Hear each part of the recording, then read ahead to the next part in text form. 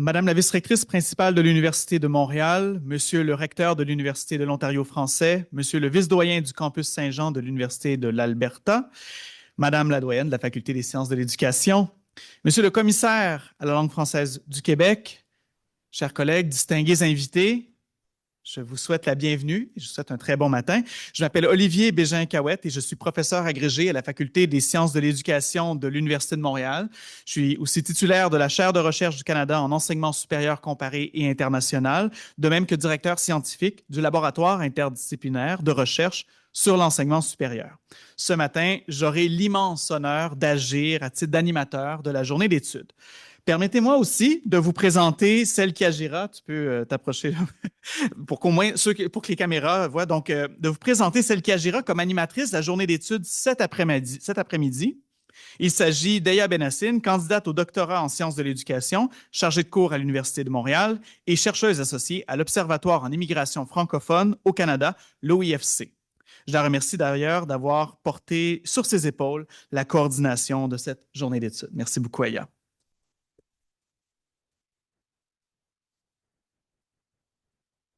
Eya et moi sommes aussi co-chercheurs et collaboratrices dans un projet de mobilisation de connaissances financé par le CRSH et intitulé « Promouvoir la langue française ou le français en enseignement supérieur au Canada comme langue de création et de transmission de savoir ». Je précise que cette subvention fut obtenue avec nos collègues Alexandre Beaupré-Lavallée de l'Université de Montréal, Jason Lukaroff de l'Université du Québec à Trois-Rivières, Linda Cardinal de l'Université de l'Ontario français, Samira et l'Université d'Ottawa, Samira Elatia de l'Université de l'Alberta, ainsi que Julien Poirier de la Centrale des syndicats du Québec. La journée d'études à laquelle vous êtes conviés découle de ce projet. Notre objectif aujourd'hui est d'offrir un espace d'échange pour les cadres, les membres du personnel et les personnes étudiantes de 3 établissements francophones dans 3 provinces. Je souhaite d'ailleurs la plus cordiale des bienvenues à nos participants du campus Saint-Jean de l'Université de l'Alberta et de l'Université de l'Ontario français qui sont avec nous en ligne. Je souligne que ces 3 établissements universitaires sont partenaire de cet événement, tout comme l'est le LIRES, qui est, je le mentionne au passage, le plus grand regroupement de chercheurs en enseignement supérieur de la francophonie. Avant de céder la parole aux dignitaires, je souhaite simplement vous parler du déroulement de la journée. Si vous avez lu le programme, vous avez vu que cette journée comprend 3 séances de communication. Alors, ce matin, nous allons discuter des enjeux qui entourent la recherche universitaire en français. Après le dîner, nous allons poursuivre avec des communications qui vont nous amener à réfléchir à la promotion du français dans l'enseignement universitaire. Puis, après la pause, nous discuterons d'exemples institutionnels qui ont favorisé à la fois la recherche et l'enseignement en français. Après une période d'échange axée sur les bonnes pratiques, nous terminerons par un cocktail, du moins ici à Montréal. On est désolé pour nos collègues des autres provinces. Nous n'avons pas encore trouvé la façon de partager un verre de vin par Zoom, mais on y travaille. Voilà. Donc, voilà, maintenant, j'ai assez parlé et j'aimerais céder la parole à nos 3 dignitaires. J'invite tout d'abord Mme Pascale Lefrançois à me rejoindre.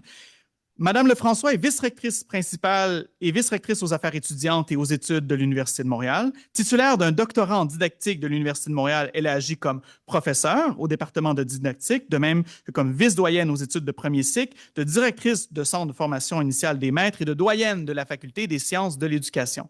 Je lui cède donc la parole afin qu'elle puisse nous partager quelques mots. Merci. Merci, Olivier. Voilà qui ne me rajeunit pas. Alors, mesdames et messieurs, chers collègues, professeurs, chers doctorantes et doctorants, distingués invités, bonjour, bienvenue à l'Université de Montréal. Permettez-moi de commencer par saluer chaleureusement M. Jason Carey, qui est recteur de l'Université du campus Saint-Jean de l'Université de l'Alberta, qui se joint à nous en ligne bientôt ce matin pour lui. Merci d'être là.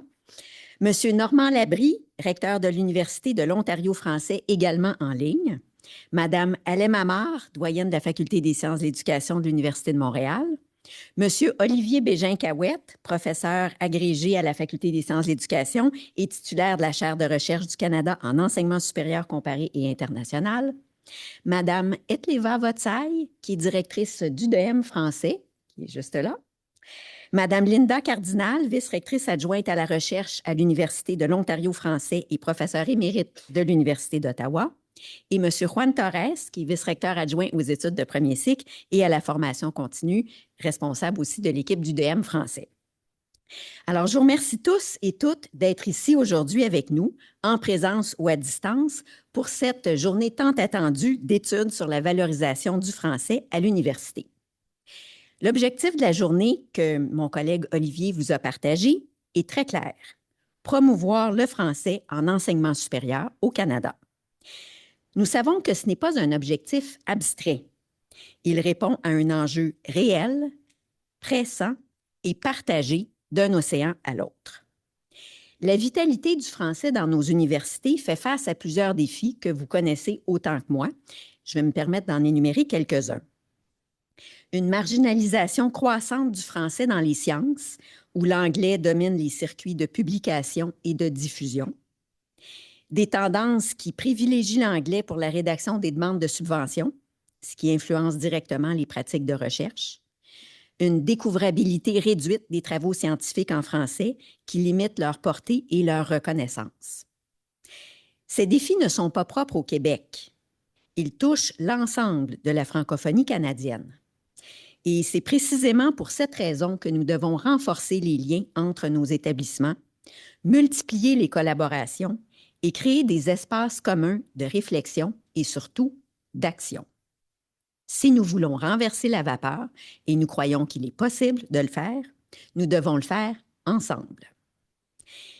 Je tiens à vous dire à quel point je suis fière de voir la créativité, l'engagement et le sérieux qui émanent de l'événement d'aujourd'hui. Les initiatives qui seront présentées témoignent d'une volonté profonde de faire du français non seulement une langue d'usage, mais une langue de savoir, d'innovation et d'avenir. Je l'avoue avec un brin de chauvinisme bien assumé.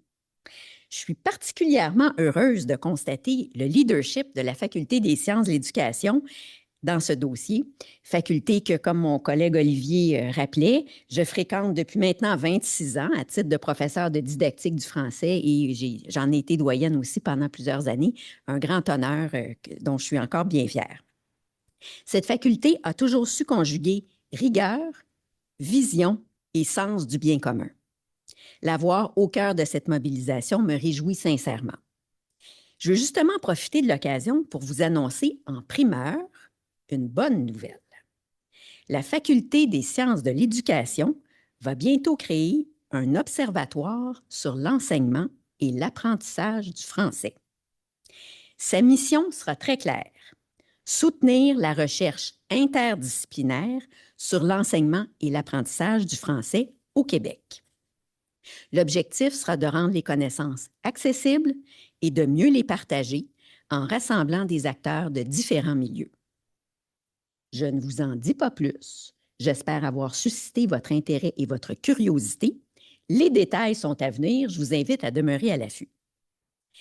Cet observatoire, comme la journée d'études, s'inscrit dans un contexte particulièrement significatif. Les questions de langue nous animent toujours. On les entend dans l'actualité ces jours-ci d'ailleurs. Nous venons tout juste de célébrer le 22 mars la Journée québécoise de la francophonie canadienne. Ce moment annuel nous rappelle que la francophonie est plurielle, vivante et qu'elle s'épanouit grâce à la force de ses communautés, de ses institutions, de ses alliances. Aujourd'hui, nous allons prolonger cet esprit de solidarité. Nous affirmons que le français a toute sa place dans l'enseignement supérieur, dans la recherche, dans la création de connaissances et dans la formation des générations futures. Je vais conclure en vous partageant mon optimisme. Oui, les défis sont réels, mais la mobilisation que je vois ici, la qualité des travaux, la détermination des participantes et des participants, tout cela me convainc que l'avenir de la science en français est bien prometteur. Nous avons les idées, les talents, les institutions et la volonté nécessaires pour faire du français une langue pleinement reconnue dans le monde du savoir. Comme un certain village gaulois que vous connaissez certainement, nous sommes et nous resterons irréductibles. Et surtout, nous avons une conviction commune: l'union de la francophonie canadienne fait la force. Je vous souhaite une excellente journée d'échange, de découverte et de réflexion. Merci à tous.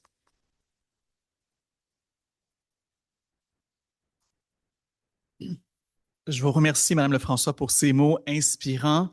Je vous présente maintenant M. Jason Carey, doyen de la faculté Saint-Jean et chef de la direction du campus Saint-Jean de l'Université de l'Alberta. Titulaire d'un doctorat en génie mécanique de l'Université d'Ottawa, M. Carey fut professeur de génie mécanique, titulaire de la chaire d'enseignement Vargo et vice-doyen de la faculté de génie de l'Université de l'Alberta. Je lui cède la parole afin qu'il échange quelques mots avec nous. Merci Olivier, et j'espère que vous m'entendez. Oui, tout à fait.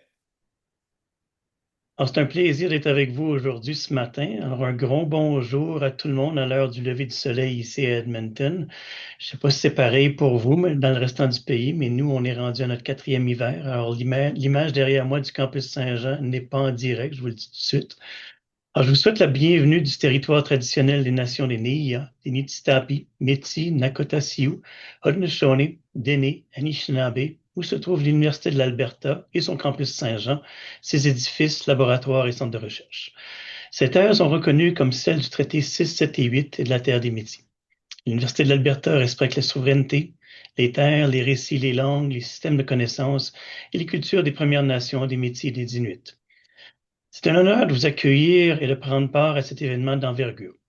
Que vous soyez en présentiel ou connecté à distance, votre participation témoigne de la vitalité exemplaire, de la résilience et du rayonnement de la langue française, pilier fondamental du bilinguisme canadien. Depuis sa fondation en 1908, initialement le Juniora Saint-Jean, puis ensuite le Collège Saint-Jean, la Faculté Saint-Jean et finalement le Campus Saint-Jean, notre institution s'érige en bastion de l'enseignement supérieur francophone dans l'Ouest canadien. Comme l'a dit ma collègue, le village gaulois dans l'Ouest canadien. À travers les défis et les succès qui ont jalonné son siècle d'existence, notre établissement a su maintenir un engagement indéfectible envers les communautés francophones et d'expression française de l'Alberta, de la Colombie-Britannique, de la Saskatchewan et des territoires du Nord-Ouest. Véritable miroir de l'évolution sociopolitique du pays, le campus Saint-Jean est bien plus qu'un lieu de savoir. C'est le cœur battant de la francophonie albertaine et un pilier du bilinguisme canadien. Du collégial au doctorat, nous offrons une formation d'excellence intégralement en français, demeurant aujourd'hui, comme hier, la référence incontournable dans l'Ouest canadien.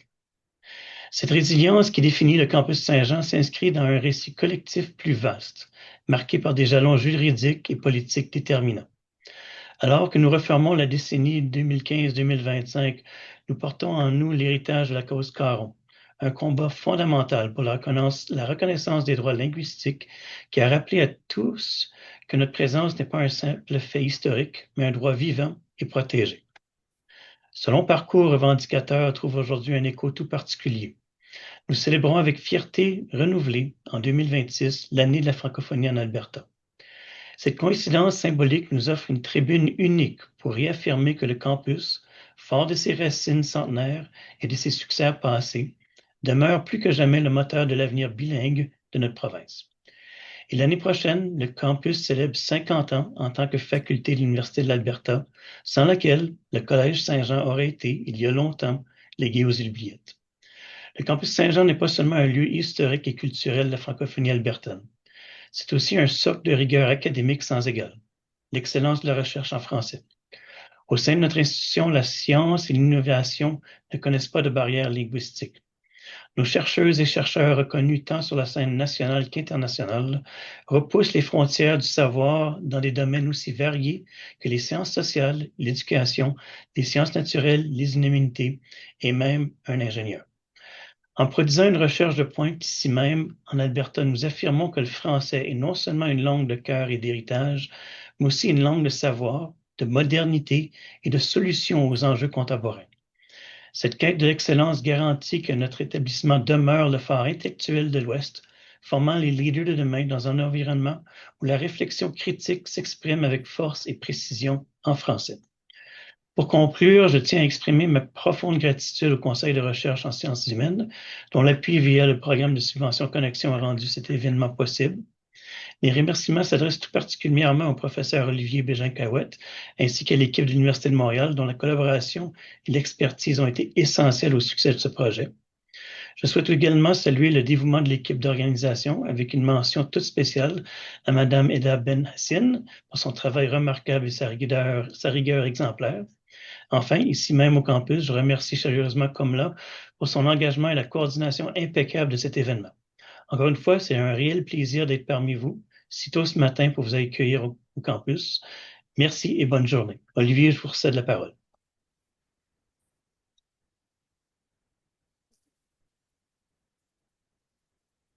Je vous remercie beaucoup, Monsieur Carey. Voilà, nous, on ne sait pas si le soleil s'est levé parce qu'il fait tellement gris en ce moment. Mais bon, je vous remercie. Et permettez-moi maintenant d'accueillir Normand Labrie, recteur et vice-chancelier de l'Université de l'Ontario français. Parallèlement, Monsieur Labrie est aussi membre de la Société royale du Canada et président par intérim du Conseil de recherche en sciences humaines du Canada. Professeur à l'Université de Toronto pendant plus de 3 décennies, il a notamment dirigé le Centre de recherche en éducation franco-ontarienne, c'est là où je l'ai connu d'ailleurs, et occupé les fonctions de vice-doyen et doyen par intérim de la Faculté d'éducation de l'Université de Toronto, ou OISI, ainsi que celle de directeur scientifique du FRQSC. Je le remercie pour sa présence et lui cède la parole. Oui, merci beaucoup, Olivier. Merci beaucoup à toute l'équipe. Olivier est là, Jason, Linda, tous ceux qui ont organisé cette journée de réflexion et qui se sont mérités une subvention en connexion du CRSH. Je vous félicite. L'Université de l'Ontario français est une des plus récentes universités publiques au pays. C'est encore une université de petite taille, bien qu'on soit en croissance. 600 étudiants, à peu près 130, 140 membres du personnel du corps professoral et du personnel administratif. Et je vous dirais que dans la dernière année, on a des membres du personnel et des étudiants qui ont souffert de l'assassinat de membres de leur famille dans des conflits à travers le monde et récemment au Liban aussi. C'est une réalité, je pense, en tant que francophone, qui nous affecte tous, ce qui se passe dans le monde présentement. Marc Carney, dans son discours de Davos, a indiqué que l'ordre mondial tel qu'on l'a connu n'existe plus. Il faisait référence en janvier à la loi du plus fort sur le plan économique, l'hégémonie économique qu'on essaie de restaurer. Ça, après 75 ans peut-être d'efforts, de rationalisation, d'efforts rationnels pour vivre ensemble et produire ensemble et se développer ensemble. Et 2 mois plus tard, je pense que c'est encore beaucoup plus vrai que c'était il y a 2 mois. On le voit avec la crise iranienne provoquée par des attaques des États-Unis et du Liban. Qui ramène, je pense, l'humanité tout entière face à la barbarie et à sa propre destruction, plus ou moins lente ou rapide, selon ce qu'on veut voir. Et au cœur de la crise, ben, c'est le pétrole en particulier. Et c'est une ressource épuisable qui a pris des millions d'années à se produire, à se créer. Et puis, et maintenant, on réalise à quel point on dépend quand même encore beaucoup de cette ressource-là pour nos activités, notre fonctionnement, notre développement et notre survie présentement, mais pas à long terme parce que la ressource va s'épuiser. Alors, que fait l'université dans tout ça? Alors, l'université, c'est un lieu où on développe des connaissances, la réflexion critique, on fait de l'innovation aussi. Et c'est peut-être pas par hasard que l'université a été bombardée à Téhéran il y a quelques jours, parce que c'était justement un lieu où il y avait de la réflexion et de la création et de l'innovation. C'est ce qu'on a voulu détruire. Et c'est pas par hasard non plus que l'Iran a fait des menacés de représailles auprès d'universités américaines au Moyen-Orient, toujours dans le même esprit. Alors, l'université, c'est un lieu où on travaille à partir de la raison, normalement, on devrait. On fait de l'analyse, on développe des connaissances, on fait des découvertes, on fait de l'innovation et on fait appel à des perspectives diverses. Donc, la diversité humaine est vraiment au cœur du projet de l'université depuis même les premières universités en Europe il y a environ 1000 ans. Et le rôle des universités, c'est vraiment de s'élever comme société au-dessus des instincts primaires et puis brutaux et hégémoniques. Et puis je pense qu'on devrait tous travailler pour le bien commun. Alors, promouvoir le français dans l'enseignement supérieur au Canada, ça veut dire, à mon avis, en tout premier lieu, promouvoir l'université. Je pense que l'université a besoin d'être promue et promouvoir l'alternative de langue française dans un écosystème qui a intérêt à combattre l'hégémonie puis à combattre la loi du plus fort. C'est le français entre, je pense, dans cette équation-là aussi. C'est une alternative qui est humaniste, qui crée un équilibre, qui nous protège comme pays, qui est officiellement bilingue, puis est composé d'une population plurilingue. C'est vraiment une force, je pense, qu'on a. Le français a donc quelque chose d'énorme à contribuer, non seulement pour les communautés francophones, mais pour le pays, pour la société en général. Dans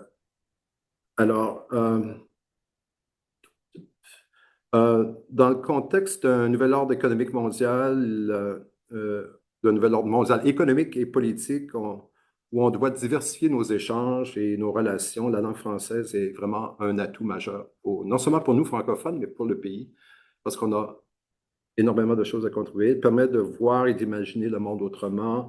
Elle permet de lier des relations vraies avec l'autre. Elle permet de développer des connaissances qui n'existeraient pas aussi sans ce vecteur, ce véhicule qu'est la langue française. Puis elle contrevient à la loi du plus fort et de l'hégémonie.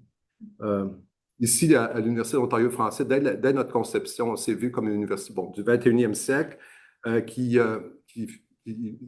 s'intéresserait à des grands problèmes de société, avec des programmes qui ont été critiqués au début, mais qui abordaient des grands problèmes de société comme la pluralité humaine, n'est-ce pas? On peut le voir comme un atout, mais comme un problème aussi, hein, dans les conflits qu'on voit actuellement, les environnements urbains, l'économie mondialisée qui s'est transformée en économie d'innovation sociale, les cultures numériques. Et en fait, c'est ça, on a voulu s'intéresser à ces grands enjeux de société à travers la transdisciplinarité, c'est-à-dire des perspectives diverses disciplinaires. Ensuite, à travers l'expérientiel, pédagogie expérientielle, faire appel à de la pratique et puis à se confronter à des problèmes réels, puis essayer de les analyser, de les comprendre, d'imaginer des solutions possibles, de les mettre en pratique, de les tester. Tout ça en français. Mais dans un écosystème où l'anglais sert de langue de lingua franca dans la société en général, et où plusieurs autres langues aussi sont en présence et qui donnent accès à une compréhension qui est davantage, je pense, universelle. C'est parce qu'on ne cherche pas seulement des solutions locales à des problèmes locaux, mais on cherche aussi des solutions à des grands enjeux qui font appel à des solutions universelles. Alors, promouvoir le français en enseignement supérieur au Canada, c'est assurer notre survie. Et pas seulement la survie des collectivités francophones, mais c'est la survie de la société canadienne en général, au grand complet et dans son ensemble. Voilà, alors je laisse là-dessus, petite réflexion un peu, je dirais pas pessimiste, mais peut-être lucide en ce matin du 31 mars 2026.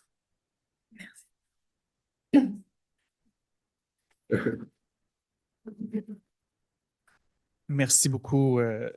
Labrie, pour ces grandes réflexions qui nous permettent aussi de placer les thèmes de la journée dans une réflexion ou en tout cas une perspective plus large qui est très importante. Ça nous amène donc à notre premier bloc de communication.